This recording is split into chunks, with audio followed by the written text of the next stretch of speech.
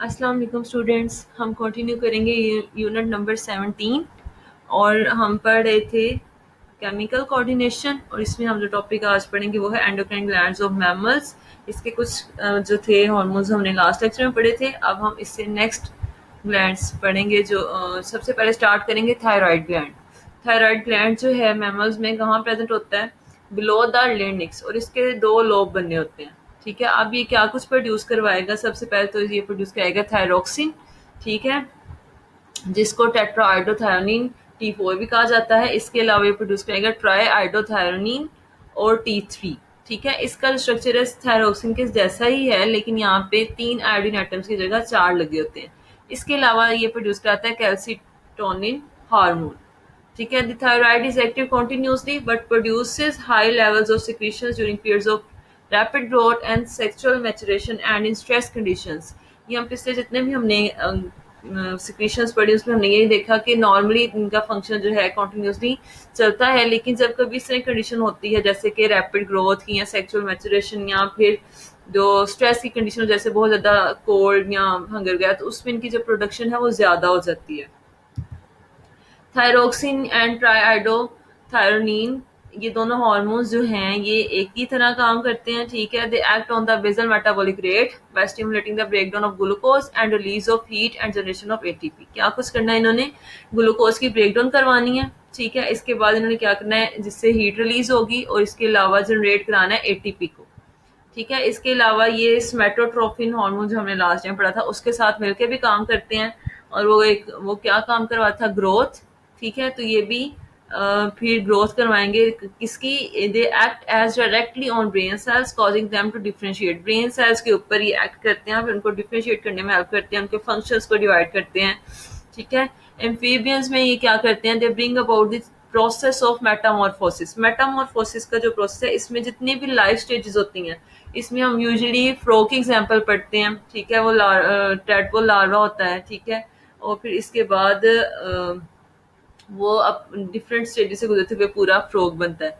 तो इसमें क्या होगा कि अगर थायराइड की कमी हो जाए तो टैडपोल जो लार्वा है वो फ्रॉग नहीं बन पाएगा। ठीक है, मीन्स कि वो उसकी जो मैचुरेशन है वो नहीं हो पाएगी, लेकिन क्या होगा इसकी कमी की वजह से वो एक लार्ज साइज का टैडपोल ही बन जाएगा। ठीक है, मतलब उसके अंदर कोई डिफ्रेंसिएशन नहीं होगी, बस उसका साइज इंक्रीज होता जाएगा।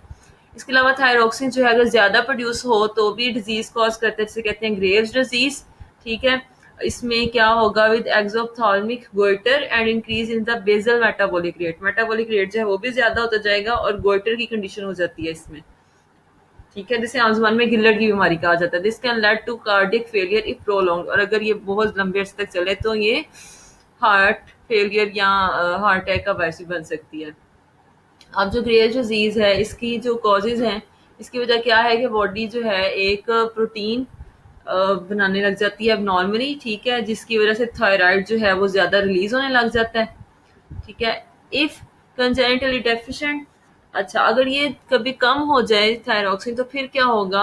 एक कंडीशन प्रोड्यूस होती है जिसे कहते हैं क्रिटिनिज्म। ठीक है, इसमें क्या होगा? इंडिविजुअल जो है वो नॉर्मल डेवलप नहीं हो पाता। ठीक है, वो छोटे रह जाते हैं। They are coarse scanty hair, उनके जो बाल हैं वो कम हो जाते हैं। Thick yellowish scaly skin. ठीक है, स्किन जो है वो भी उसका थिक येलिश हो जाती है। इसके अलावा मेंटली रिटार्ड भी हो सकते हैं वो। इसके साथ साथ they also fail to develop sexually. ठीक है, उनकी मेल फीमेल की जो डिफ्रेंसिएशन है या सेक्चुअल जो ऑर्गन्स हैं वो भी सही से डेवलप नहीं हो पाते। और अगर ये डेफिशिएंट हो लेटर इन लाइफ, जैसे कि बाय बर्थ ना हो, बाद में कभी जाके हो जाए, तो इसकी वजह क्या हो सकती है कि जो खाना कोई खा रहा है कोई, तो उसमें आयोडीन जो है वो उसकी कमी हो जाती है। ठीक है, जिसकी वजह से क्या होगा? स्वेलिंग हो जाएगी नेक में, जिसे हम कहते हैं गोइटर। और इसकी वजह से मतलब to deposition of excess fat, इसकी वजह से क्या होगा? जो फैट है वो ज्यादा होती जाएगी। ठीक है, as a result of which weight is increase, और फिर वेट भी जो है वो इंक्रीज हो जाता है। इस कंडीशन कहते हैं मिक्सोडीमा। ठीक है, and it is characterised by puffiness of hand and skin. इसमें जो है जो लोगों के हाथ और स्किन है वो थोड़ी स्वेल्ड हुई नजर आती है। ठीक है, इसके बाद all bodily and mental processes are retarded, सारी बॉडी के और मेंटल प्रोसेसेस जो हैं वो भी ख़राब होते हैं, ठीक है। इसके अलावा आप जो अगर बॉडी में कैल्शियम आयंस की कंसनट्रेशन जो है वो ज़्यादा हो जाए, इसकी वजह से ब्लड में भी ज़्यादा हो जाएंगे, तो इसकी वजह फिर क्या होगा, ये स्टिमुलेट करवाएगा synthesis and release of calcitonin, ठीक है। जब कभी ब्लड में कैल्शियम के लेवल्स जो हैं वो हाई हो जाएं तो फिर एक हार्मोन रिलीज होता है कैल्सीटोनिन, ठीक है। अगर लो लेवल्स हों कैल्शियम आयंस के तो फिर ये हार्मोन प्रोड्यूस नहीं हो पाता। एक्सेस और deficiency leads to disturbance of calcium metabolism with its associated effects on nerve, ठीक है। कैल्सीटोनिन की ज़्यादा प्रोडक्शन हो या कम प्रोडक्शन हो तो इसके इफेक्ट्स होंगे कहाँ पे, नर्व्स पे, स्केलेटन, मसल, ब्लड एक्सेट्रा, ठीक है। Calcitonin is antagonistic to parathormone hormone. Parathormone जो हार्मोन है वो हम इससे नेक्स्ट पढ़ते हैं, लेकिन ये यहाँ पे क्या बताया गया है कि ये उसके ऑपोजिट काम करेगा, ठीक है। और जो कंडीशन है गोइटर की या आयोडीन की जो कमी है उसको किस तरह पूरा करना चाहिए, कि ऐसा जो सॉल्ट एक मिलता है, जैसे टेबल सॉल्ट, खाने पकाने का जो सॉल्ट है एक इस तरह की होता है जिसमें आयोडीन होती है, ठीक है। और वो रिकमेंड किया जाता है ताकि आयोडीन की डेफिशिएंसी ना हो और फिर थायरोक्सिन की डेफिशिएंसी ना हो। ये कंडीशन है यहाँ पे बताया हुआ थायराइड ग्लैंड, लेनिक्स से फौरन नीचे थायराइड ग्लैंड्स हैं, ठीक है। थायराइड ग्लैंड्स के दो लोब हैं, एक जो नीचे है इसको ये है पैराथायराइड ग्लैंड्स, ठीक है। ये हम नेक्स्ट पढ़ेंगे। और इस यहाँ पे जो है थायराइड ग्लैंड जो है उसमें स्वेलिंग हो जाती है, ये कंडीशन है गोइटर की। अब हम पढ़ते हैं पैराथायराइड्स। पैराथायराइड्स कहाँ प्रेजेंट थे, ये भी उनके जो पोस्टीरियर पार्ट था थायराइड ग्लैंड का, नीचे वाले जो लोब थे वहां पे प्रेजेंट है, ठीक है। ये प्रोड्यूस करते हैं parathormone hormone. Low levels of blood calcium ion stimulate the parathyroid directly to increase parathormone production. उसमें हम पढ़े थे कि हाई लेवल्स हों कैल्शियम के तो फिर बनता है कैल्सीटोनिन, ठीक है। लो लेवल्स होंगे तो यहाँ पे बनेगा पैराथॉर्मोन, जिसकी वजह से जो कैल्शियम आयंस हैं उनकी जो प्रोडक्शन है वो उसको, whereas high levels of calcium ion suppress its release, ठीक है। अगर वो ज्यादा हो तो फिर इसको प्रोड्यूस नहीं होने देते। अच्छा, अब पैराथॉर्मोन की अगर एक्टिविटी कम हो तो इससे क्या होगा कि ब्लड में जो कैल्शियम आयंस हैं वो कम हो जाएंगे, जिसकी वजह से एक डिजीज पैदा होती है मैस्कुलर टेटनी, वो प्रोड्यूस हो जाएगी, मसल्स जो हैं वो स्टिफ हो जाते हैं। और अगर इसकी एक्टिविटी ज्यादा हो तो फिर क्या होगा, progressive demineralisation of the bones similar to rickets, ठीक है। कैल्शियम को खत्म करेगा जिसकी वजह से जो बोन्स हैं उनमें उनकी डीमिनरलाइजेशन हो जाएगी, उनमें जो मिनरल्स हैं कैल्शियम रिलेटेड, विटामिन डी की जो कमी हो जाती है कैल्शियम की, तो उस कंडीशन कहते हैं रिकेट्स। इसके अलावा ये किडनी स्टोन्स भी बना सकता है।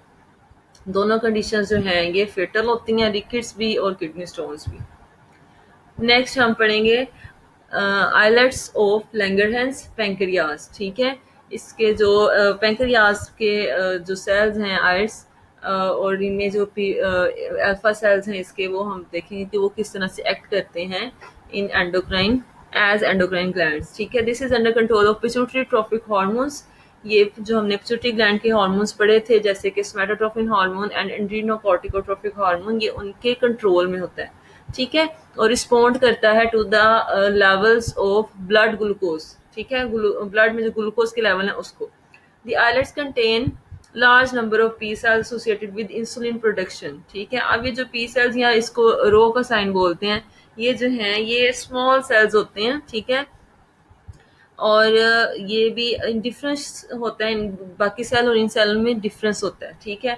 अच्छा, अब ये क्या करवाते हैं, ये इंसुलिन को प्रोड्यूस करवाते हैं, ठीक है। The smaller number of alpha cells secrete glucagon, ठीक है। पी सेल सिक्रीट कराएंगे इंसुलिन, और या फिर रो सेल्स सिक्रीट करवाते हैं इंसुलिन, और जो दूसरे अल्फा सेल्स हैं वो सिक्रीट करेंगे ग्लूकागोन। अल्फा सेल्स जो हैं वो ये आइट्स ऑफ लैंगरहैंस के सेल ही हैं। In general, insulin depresses blood glucose level in a variety of ways. Normally क्या होता है, जो इंसुलिन है ब्लड में जो ग्लूकोज लेवल है उसको कम करती है, ठीक है। किस तरीके से, इंक्लूडिंग इंक्रीजिंग ग्लाइकोजन सिंथेसिस, किस तरह करती है कम, कि ग्लाइकोजन का सिंथेसिस ज़्यादा कर देती है, ठीक है। और इसके अलावा जो सेल की ग्लूकोज को यूज़ करने की जो एबिलिटी है उसको ज़्यादा कर देता है, ठीक है। It also stimulates conversion of glucose into lipids and protein, और ग्लूकोज को कन्वर्ट करवाता है इंटू लिपिड या फिर प्रोटीन, जिसकी वजह से ग्लूकोज का जो लेवल है वो कम होता है। Insulin inhibits the hydrolysis of glycogen in the liver and the muscles, ठीक है। और लीवर एंड मसल्स में जो ग्लाइकोजन का हाइड्रोलिसिस है उसको भी रोकती है इंसुलिन। इसके अलावा अगर इंसुलिन की प्रोडक्शन ना हो तो फिर एक बीमारी कॉज होती है जिसे हम कहते हैं डायबिटीज मेलाइटस। ठीक है, ये जो जिनको शुगर आम जबान से कहा जाता है कि शुगर की बीमारी। ठीक है, इसके जो सिम्टम्स हैं उनमें क्या होगा कि ब्लड शुगर जो है वो बहुत ज़्यादा हो जाती है। ठीक है, यूरिन जो है उसमें फिर बहुत ज़्यादा जो कंसनट्रेशन होती है शुगर की होती है। ठीक है, disturbance in the body's osmotic equilibrium and derangement of the nervous system. Body का जो ऑस्मोटिक इक्विलिब्रियम है उसको भी डिस्टर्ब कर देता है ये। ठीक है, इसकी वजह से नर्वस सिस्टम की डीरेंजमेंट होती है। फिर क्या होगा, टॉक्सिक मेटाबोलाइट्स बनेंगे फैट से, क्योंकि उनको चाहिए होती है ग्लूकोज एनर्जी थ्रू, ताकि वो उनकी ऑक्सीडेशन हो सके।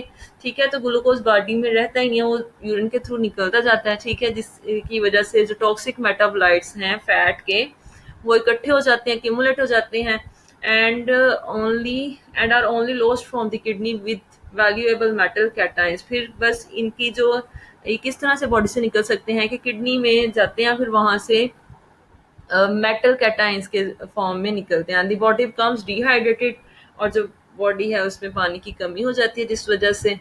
ठीक है, अगर इंसुलिन बहुत ज़्यादा प्रोड्यूस होगी तो फिर क्या होगा, शुगर की जो यूटिलाइजेशन है वो बहुत ज़्यादा हो जाएगी। ठीक है, सेल्स जो है ज़्यादा से ज़्यादा शुगर को यूटिलाइज करने लग जाएंगे, इस्तेमाल करने लग जाएंगे, जिसकी वजह से ब्लड जो है उसमें जो है इसकी कमी हो जाएगी। इस कंडीशन को कह देते हैं हाइपरग्लाइसीमिया। ठीक है, जिसकी वजह से नर्व एंड मसल की फंक्शनिंग जो है वो खराब होती है। इसके बाद जो ग्लूकागोन है वो इसके ऑपोजिट काम करता है। ग्लूकागोन कहाँ से रिलीज हो रहा था, अल्फा सेल से। तो ये वर्क करेगा एंटागोनिस्टिक टू इंसुलिन, और इसके ऑपोजिट काम करेगा और ब्लड ग्लूकोज के लेवल्स को हाई करेगा। ठीक है, इस ये किस तरह काम करेगा कि ये ब्रेक डाउन करवाता है ग्लाइकोजन की इनटू ग्लूकोज। ठीक है, in the liver and muscles, जो कि इंसुलिन नहीं होने दे रहा था। It also increase the rate of break down of fats की ब्रेक डाउन करवाएगा। Glucagon abnormality seem rare as endocrine disorders. Endocrine की जो डिसऑर्डर्स होती हैं, डिजीज होती हैं, उनसे मिलती जुलती है। इसके अलावा अगर कभी अल्फा सेल्स के ऊपर ट्यूमर बन जाए, कैंसर की कंडीशन हो जाए, तो जिसकी वजह से क्या होता है, जो एक्सेस ग्लूकागोन सिक्रीशन है वो होगी। ठीक है, ग्लूकागोन ज़्यादा से ज़्यादा निकलेगा, consequently high blood glucose level, और फिर क्या होगा कि जो ग्लूकोज लेवल्स हैं वो ज़्यादा हो जाएंगे। इसकी वजह से अल्फा सेल्स को डैमेज होगा, और जिसकी फिर दोबारा से जो उसके कंसिक्वेंसेज हैं, जैसे कि इंसुलिन की प्रोडक्शन ज़्यादा हो जाएगी, या इंसुलिन की वर्किंग जो है वो इंक्रीज होगी, तो वो फिर शुगर करवा देता है, जिसे हम कहते हैं diabetes mellitus. Okay, students, that's all for today. Thank you.